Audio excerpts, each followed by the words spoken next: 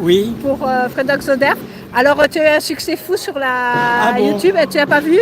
Il faudrait que je te l'envoie. Il a fait des shorts avec ce que tu as dit. Oui, oui, oui. J'ai vu un extrait, mais je l'ai vu il y a 2 jours, alors je ne sais pas s'il y a eu beaucoup de... Ah oui, il y a eu beaucoup de vues. Ah On oui, va pas te beaucoup de dire le vues. chiffre, on regardera ça Oui. plus tard. Et donc, alors, tu nous disais que notre président, on va peut-être pas toujours dire les noms pour que la chaîne ne soit pas straquée, ruinait les Français et puis l'UE aussi. Oui, alors puis en plus il fait des galipettes Ah bon? avec Jean-Michel, tout ça. Oui, bon, peut-être que c'est un peu. Tu crois qu'il faut encore des calipettes? Oh, on sait jamais, oui. Ah, Ils sont tellement habitués. oui, il y avait son copain Benalla. Ah oui, alors là, oui. Ouais, ah oui. Voilà, je crois qu'il est parti il est où, Benalla, en Afrique, non? Il n'a pas été arrêté, en tout cas. Je ne sais pas, je ne sais pas s'il n'est pas allé vers le Qatar ou un truc comme ça. Ah bah oui, là, c'est le coffre-fort.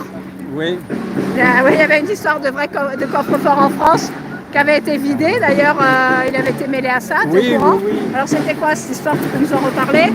Alors le coffre-fort, la police est arrivée et avec un serrurier qui n'a pas été foutu d'ouvrir le coffre. Ah oui, comme par hasard. On ne sait pas ce qu'il y avait dans le coffre. Et puis, alors ils ont mis des scellés sur la porte. Et quand ils sont revenus, 48 heures après, les scellés avaient été rompus, bien sûr, et le coffre n'était plus là. Alors, Ah oui, carrément, il n'était plus là. Oui, c'est des mystères, on n'aura jamais les réponses.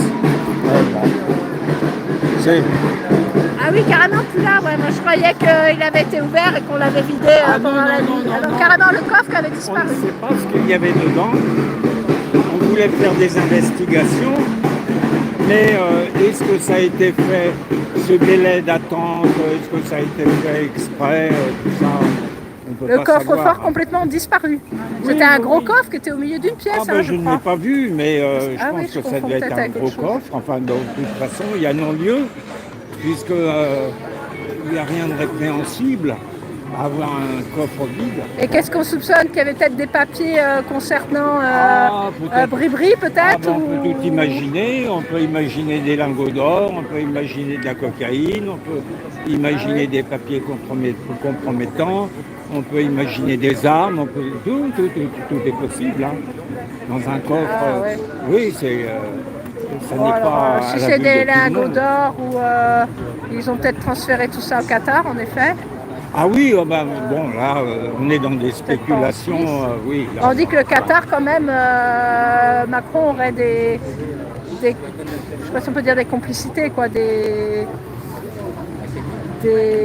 Ben oui, mais c'est très ambigu. Ils sont amis, tout quoi. ça. Oui. Des affinités, quoi. Voilà. Oui. Macron aurait des affinités avec le Qatar, surtout pour tout ce qui est financement de certaines choses, quoi. Oui, mais il y a des... on sait qu'il y a des rétrocommissions, il y a des subventions occultes, tout ça. Ben oui, c'est le pouvoir. Oui, c'est les racines du pouvoir. Mais là, j'entendais... c'était une conférence d'Idriss Aberkane.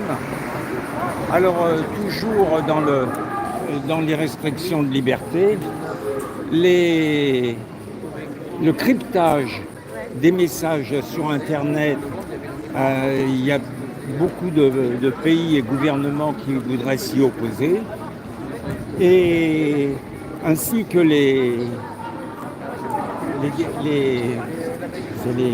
DPN. DPN, c'est quoi?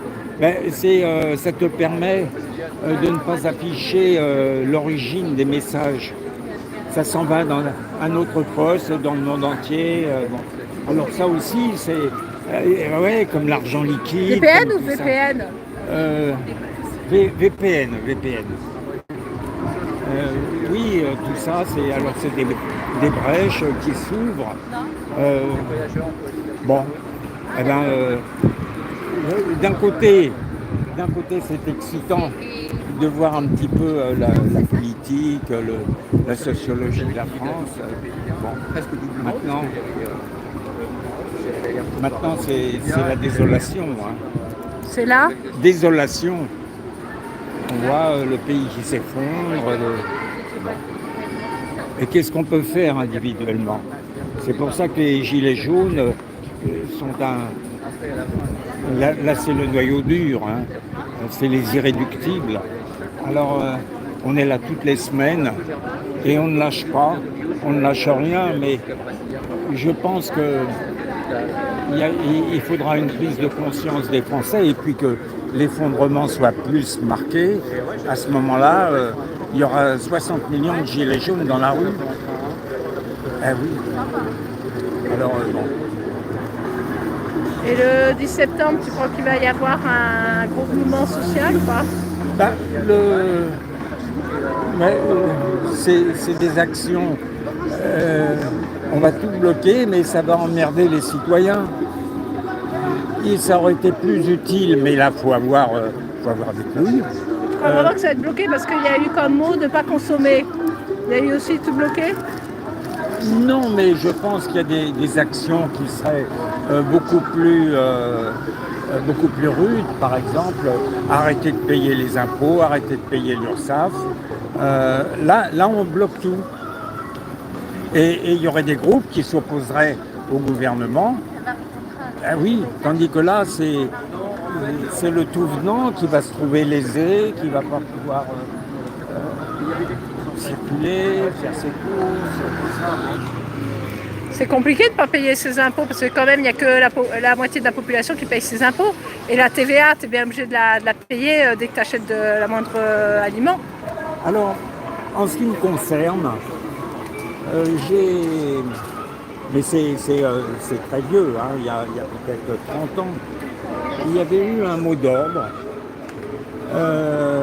d'un certain Reichmann. Et les dentistes avaient payé la taxe professionnelle en Guyane. Alors on a tous envoyé les règlements par courrier, avion, voilà, c'est parti en Guyane. Et puis en Guyane, c'est le percepteur, c'est comme dans une sous-préfecture. D'un seul coup, il s'est retrouvé confronté à des sacs de courrier et il s'est dit qu'est-ce que je fais de tout ça? Alors il a renvoyé les courriers. Ah, aux gens qui avaient envoyé. Ah oui, ça fait marcher la poste. Moi j'ai renvoyé une seconde fois mon règlement en disant que je ne comprenais pas qu'on refuse mon règlement.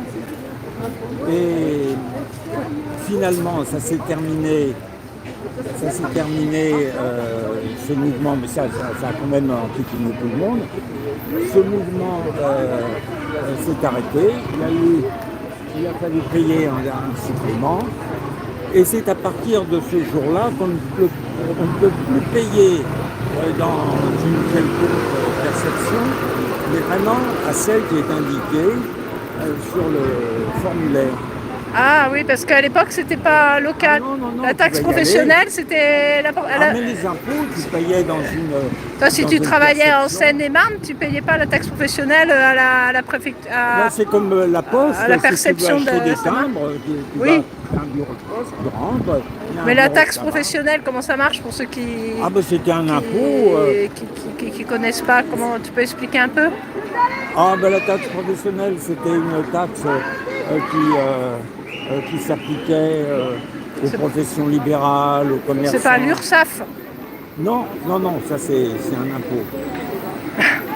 Quand même des taxes, hein, tout ça.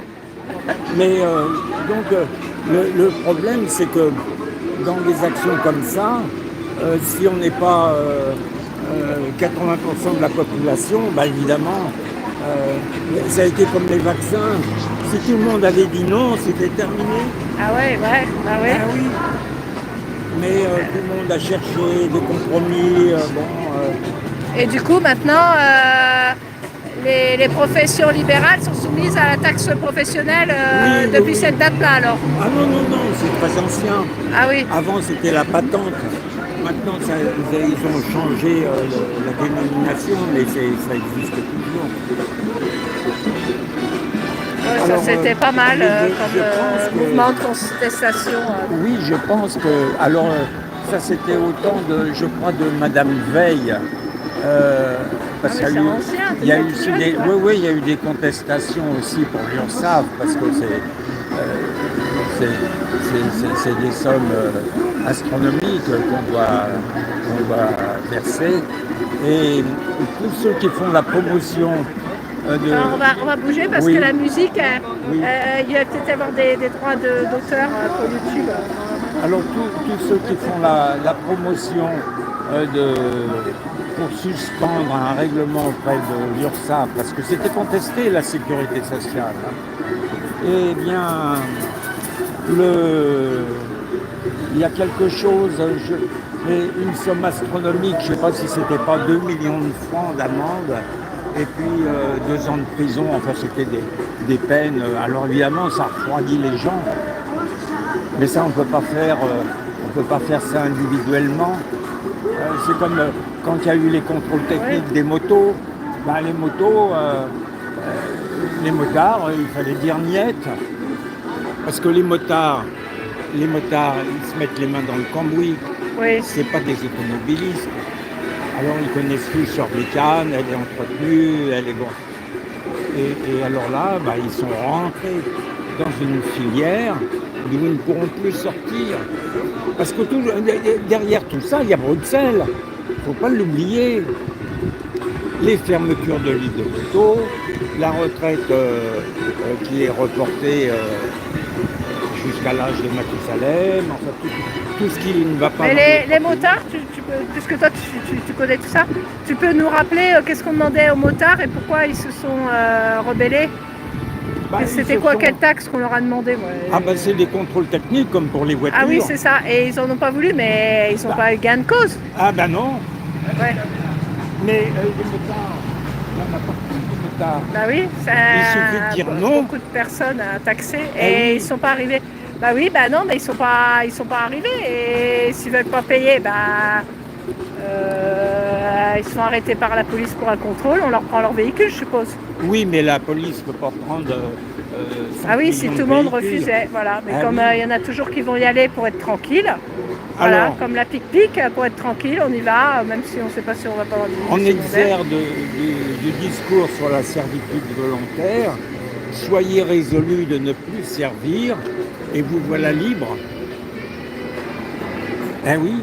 Oui, c'est ce qu'on dit, mais il faut parce qu'on y est tous, parce que si tu es tout seul, tu te fais embarquer. Gandhi, il a fait plier les Britanniques. Hein. Bon, alors redis-nous ce qu'il a fait un peu, Gandhi, parce qu'on le voit assis au milieu de la rue avec la foule. Oui. C'était pour que les Anglais s'en aillent d'Inde, c'est ça qui était une colonie anglaise? Oui. Ils n'ont plus rien fait. Ils ont posé leur cul par terre et puis le reste, on leur est au boulot, non. Oui, donc ils ont tout arrêté, l'économie. Ils ont tout arrêté. Et alors, le gouvernement anglais a dit, qu'est-ce qui s'est passé, tu sais, toi, historiquement, exactement en détail? Quand tu es dans un pays, tu en tires des bénéfices et puis d'un seul coup, tout s'arrête. Oui, d'un seul coup, tout ce qu'il pouvait y avoir, ou de commercial, ou de tout ça s'arrête, c'est fini. On éteint la lumière. Alors, les Britanniques, ils ont cédé. C'est pas vieux, hein. C'est quand même les années 50, il me semble. Hein. Oui. Déjà, les gens, parce que si maintenant tu arrêtes tout, le citoyen sera puni lui-même parce qu'il ne pourra même plus acheter à manger, il ne va pas manger. Alors que peut-être à l'époque, ils avaient des moyens C'est vrai qu'il y avait pour l'alimentation des circuits parallèles. Ils arrêtaient tout, c'est-à-dire de travailler, j'allais dire, pour les colons, l'industrie, les ouvriers, mais bon, au niveau de l'alimentation, ils n'avaient peut-être pas arrêté complètement. Ah oui, mais il y a des vertus qu'on a oubliées, par exemple la solidarité. Alors j'ai des voisins, un jour ils me disent on n'a plus rien à péter, il y a le petit qui crie, oui, on va partager. Non? Je pense que maintenant, on irait dévaliser le Carrefour City qui est en dessous. Oui, mais après, quand les rayons sont vides. Puis, voilà, et après, oui, il n'y aura plus rien. Il n'y a plus rien. Tous les Alors gens après. ont tout cassé pour dévaliser les supermarchés. À bientôt, je te contacte. T'as pas eu beaucoup de photos? Prochaine photographe. J'ai essayé. Mais bon, c'est pas le bon moment. C'est moi du tout. Je vais changer. Je viendrai le 17 ans. Je te la rends momentanément. Ah, Au revoir, Estelle. au revoir Estelle. Ah, ouais, c'est vrai, j'aurais bien voulu interviewer Pas Estelle. Jean-Michel Gérard. Je ne cache plus Jean-Michel. Ah, tu es obsédé par ça, quoi. Ah, on avance bah, tu es interviewé par tout le monde, hein. Hein, Gérard? Comment? Tu es interviewé par Agnès, par Benoît, par Frédéric. Il y a une célébrité. Alors ça y est, Alexis il a dépassé les 1000 vues. Ah oui. Ouais. Comment ça se fait qu'on nous a fait faire un crochet alors qu'on était à Bastille et il y avait la rue du Faubourg Saint-Antoine? Ouais. On a fait. Bon, je pense que c'était pour qu'il y ait une distance assez longue. Ah, je sais pas si ça a été demandé ou... Il faudra demander à Elena, c'est elle qui a déposé le parcours. Oui, non. Après, je sais pas. Une question que- Mais ce qui est sûr, c'est que ça rallonge, quoi. Oui. Bon. Quand on est valide, ça peut pas faire de mal de marcher. C'est vrai, ouais. Surtout que là, c'est la cadence escargot. Ouais, c'est vrai que là, on fait pas le marathon de Paris, quoi.